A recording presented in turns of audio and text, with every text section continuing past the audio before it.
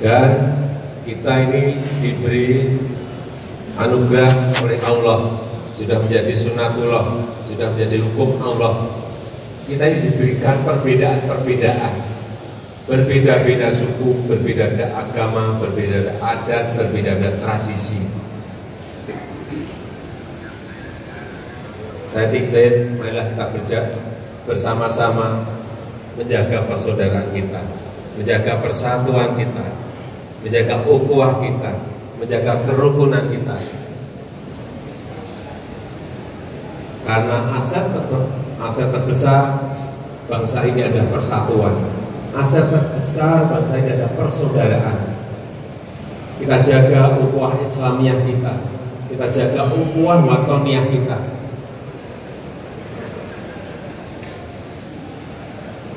Jangan sampai karena urusan pilihan, baik itu di pilihan bupati, baik itu di pilihan wali kota, baik itu di pilihan gubernur, baik itu di pilihan presiden, jangan sampai ada konflik, jangan sampai antar kampung tidak saling sapa gara-gara beda pilihan. Jangan sampai antar tetangga tidak saling sapa gara-gara beda pilihan. Jangan sampai di satu majelis taklim tidak saling sapa juga karena beda pilihan. Itu setiap 5 tahun ada. Perbedaan pilihan itu biasa dalam pesta demokrasi.